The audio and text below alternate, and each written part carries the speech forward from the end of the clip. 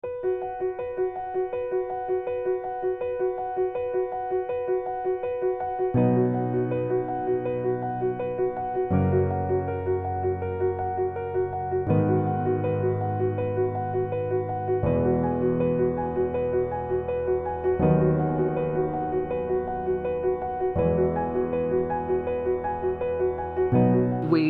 decided to call this group, rather than the Food Poverty Working Group, it's the Food Access Working Group. So we're kind of, through the name, trying to talk about this world we want to see, which is a world and a city where everyone has access to good, affordable, nutritious food, regardless of your income.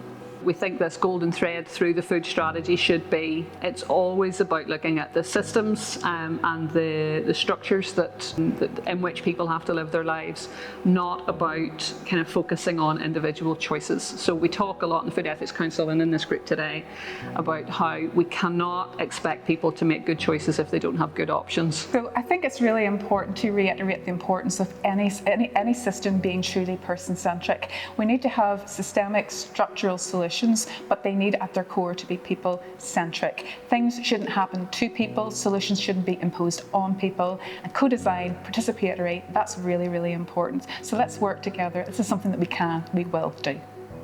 Well, we're really excited to be part of the Food Access Group, and it's just so important that Belfast City Council are coming together and really thinking about these issues, and not thinking about food poverty in a silo, but linking it in with all the other parts to our food system.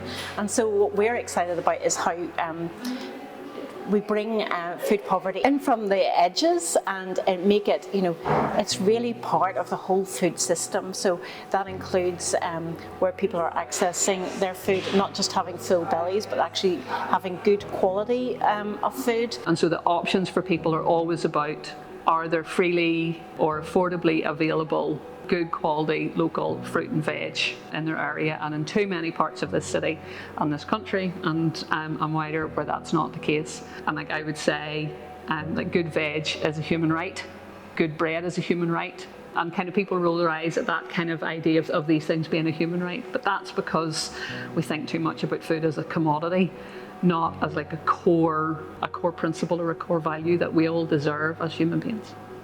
So many, I guess, like policies and initiatives are focused on the here and now, and organisations are focused on the here and now, and I can really understand that and empathise with it, because the here and now things are really difficult for too many people and families and communities. But we have to have an eye on the future. You have to have an eye on the system that you want.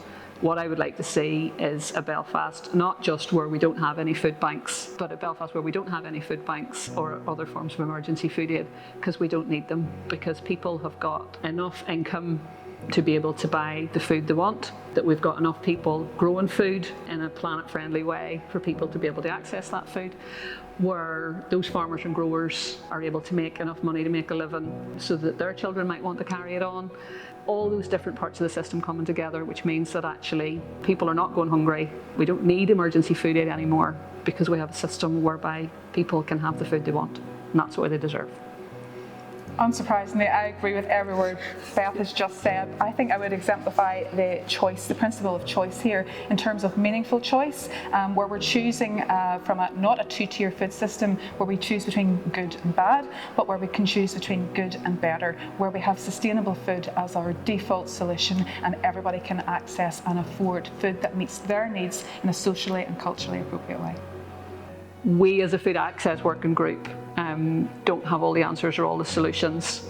So Belfast, as a food system, there's all those different kind of ways in, which is really overwhelming in a way, because it means there's so many things that need to change, but it also means there's so many opportunities for things to change, because we've got all these people across our food partnership doing work in different parts of the system in different ways, bringing different energy and expertise and resource, and that's the thing that will shift the system, the food system in Belfast.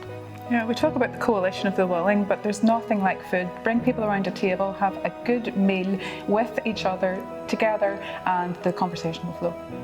I dream that we could become a city of lovers of food, where food is a topic of conversation for everybody, and people get to enjoy that and get to enjoy the ability that food has to bring communities together. Like, people deserve to not be hungry. Animals deserve to have as good a life as possible, and we need this planet to be around and thriving for the next 1,000 years for our children and our children's children and onwards.